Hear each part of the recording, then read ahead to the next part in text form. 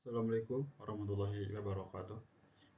Perkenalkan, nama saya Lukman Nur Hakim di NIM 2892250098 Prodi Manajemen dari Fakultas Ekonomi dan Bisnis. Nah, kali ini saya akan mempresentasikan tugas akhir semester dengan mata kuliah Manajemen Keuangan dengan Bapak dosen Bapak Dermawan SEMM. Saya dari Universitas Pansasati Bekasi. Nah, kali ini saya akan mempresentasikan yaitu tentang rasio.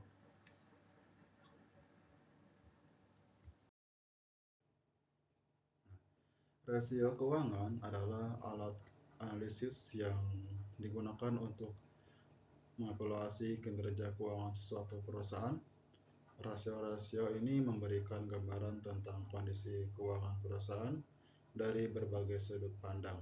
Nah, tiga rasio ini keutamaan yang umumnya digunakan adalah rasio likuiditas, rasio solvabilitas, dan rasio aktivitas. Nah, kali ini saya akan menerangkan dari rasio-rasio tersebut.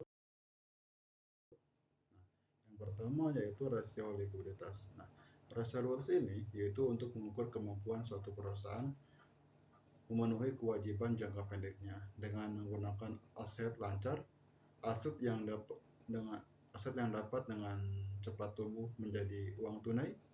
Nah, rasio likuiditas mencakup dua rasio utama di dalamnya, yaitu satu rasio lancar dan rasio cepat. Nah, adapun tujuan dari rasio ini yaitu mengevaluasi likuiditas, mengetahui sejauh mana perusahaan mampu memenuhi kewajibannya dalam jangka pendek. Nah, prediksi kebutuhan modal kerja menentukan apakah perusahaan memerlukan modal kerja tambahan untuk menjaga likuiditasnya. Nah, adapun penilaian risiko kredit atau bank atau kreditor menggunakan rasio likuiditas untuk menilai rasio pemberian pinjaman. Yang kedua yaitu rasio solvabilitas. Nah, rasio solvabilitas yaitu memberikan gambaran tentang sejauh mana perusahaan mampu memenuhi kewajiban jangka panjangnya. Nah, beberapa rasio solvabilitas yang umum melibatkan perbandingan antara kewajiban dan modal sendiri. Nah, tujuan dari rasio ini yaitu penilaian rasio kebangkrutan. Rasio solvabilitas membantu menilai apakah perusahaan dapat memenuhi kewajibannya dengan jangka panjang. Nah, adapun daya tarik bagi investor. Nah, investor cenderung tertarik pada perusahaan yang memiliki struktur modal yang sehat dan mampu memenuhi kewajibannya. Adapun yang ketiga yaitu rasio aktivitas. Nah, rasio aktivitas mengukur seberapa efisien perusahaan dalam menggunakan aset yang untuk menghasilkan pendapatan. Nah, beberapa rasio aktivitas melibatkan perbandingan antara penjualan dengan aset atau inventaris. Nah, tujuan dari rasio ini yaitu satu, evaluasi efisiensi operasional, yang kedua, identifikasi masalah interpretasi. Nah, adapun untuk evaluasi efisiensi operasional mengukur sejauh mana perusahaan dapat menghasilkan penjualan dengan menggunakan asetnya. Nah, identifikasi masalah interpretasi, rasio aktivitas dapat membantu mengidentifikasi masalah interpretasi seperti kelebihan stok atau kekurangan persediaan. Nah, memulai penggunaan ketiga jenis rasio ini, yaitu analisis keuangan, dapat memberikan pandangan yang lebih komprehensif tentang kesehatan keuangan suatu perusahaan. Nah, kombinasi rasio likuiditas, rasio solvabilitas, dan rasio aktivitas memberikan gambaran yang lebih lengkap dan membantu memangku kepentingan stakeholder untuk membuat keputusan yang lebih interpersonal. Nah, di sini saya akan membahas rumus perhitungan untuk masing-masing jenis rasio keuangan disertai dengan contoh, soal, dan studi kasus. Nah, yang pertama yaitu rasio likuiditas. Rasio lancar, rumus dari rasio lancar yaitu aset lancar dibagi kewajiban lancar. Nah, kita akan mengambil contoh soal. Katakanlah dari PT Lancar Jaya memiliki aset lancar sebesar 500 dan kewajiban lancar sebesar 300. Nah, di sini hitunglah dari rasio lancar ini di PT Jaya. Nah, dari rasio lancar sama dengan 500 per 300 sama dengan 1,67. Yang kedua yaitu rasio cepat. Nah, rasio cepat rumusnya yaitu aset lancar dikurangi persediaan dibagi kewajiban lancar. Nah, contoh soal PT Lancar Jaya memiliki aset lancar 400.000, persediaan 100.000 dan kewajiban lancar 200.000. Nah, di sini maka hitunglah dari rasio cepat ini dari PT Lancar Jaya. Nah, adapun jawabannya dari PT Lancar Jaya, rasio cepat sama dengan 400 dikurangi 100 dibagi 200, hasilnya 1,5. Adapun yang kedua yaitu rasio solvabilitas. Nah, rasio utang terhadap kualitas. Rasio rumusnya yaitu rasio utang terhadap kualitas total utang per ekuitas pemilik. Nah, di sini contoh soal perusahaan Lancar Jaya memiliki total utang sebesar 800 dan ekuitas pemilik sebesar 600. Itulah rasio utang terhadap ekuitas. Nah, yaitu rasio ekuitas dikurang sama dengan 800 per 600 sama dengan 1,33. Yang kedua yaitu rasio aktivitas, rasio perputaran piutang. Rumusnya yaitu penjualan kredit per rata-rata piutang usaha. Nah, contoh soalnya yaitu perusahaan Lancar Jaya memiliki penjualan kredit sebesar 1,2 dan piutang usaha awal tahun 100 serta piutang usaha akhir tahun 120. Nah, itulah di sini rasio perputaran piutang.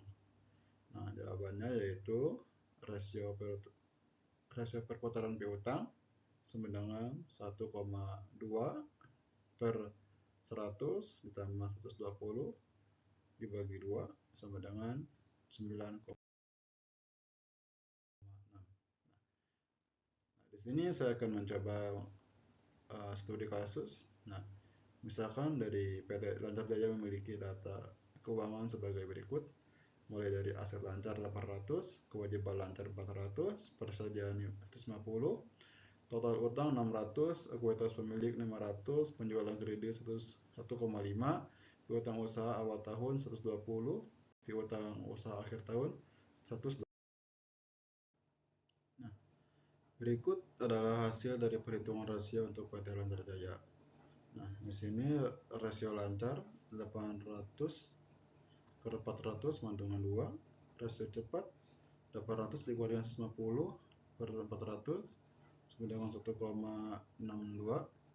Rasio utang terhadap ekuitas 600 dikurangi 500 sama dengan 1,5. Rasio perputaran piutang 1,5 per 120 sama dengan 180 dibagi 2 per 2 sama dengan 5,576.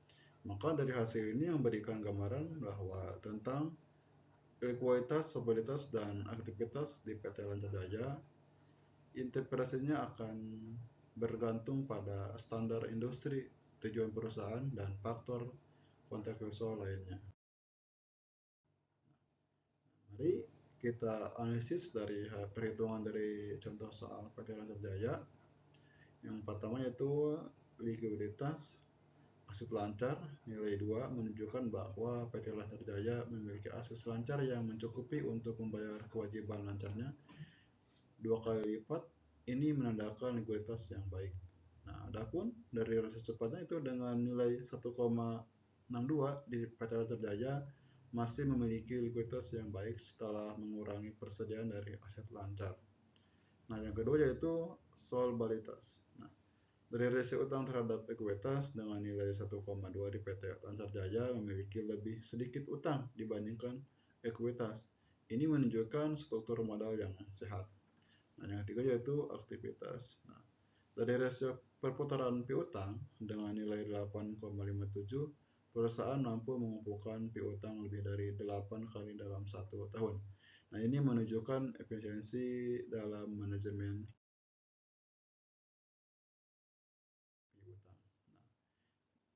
dengan kesimpulan yang di atas tadi, yaitu likuiditas PT Raja Jaya memiliki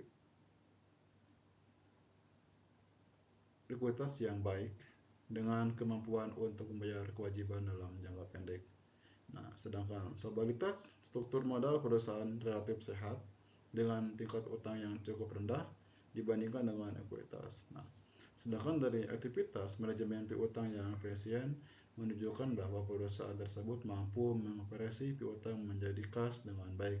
Nah, namun penting untuk diingat bahwa integrasi rasio keuangan harus dibandingkan dengan standar industri, perbandingan dengan tahun-tahun sebelumnya, dan pertimbangan kontekstual lainnya. Selain itu, tidak ada satupun rasio yang memberikan gambaran keseluruhan tentang kesehatan keuangan suatu perusahaan. Nah, sehingga perlu melibatkan analisis rasio yang lebih luas dan pemahaman mendalam tentang kondisi perusahaan.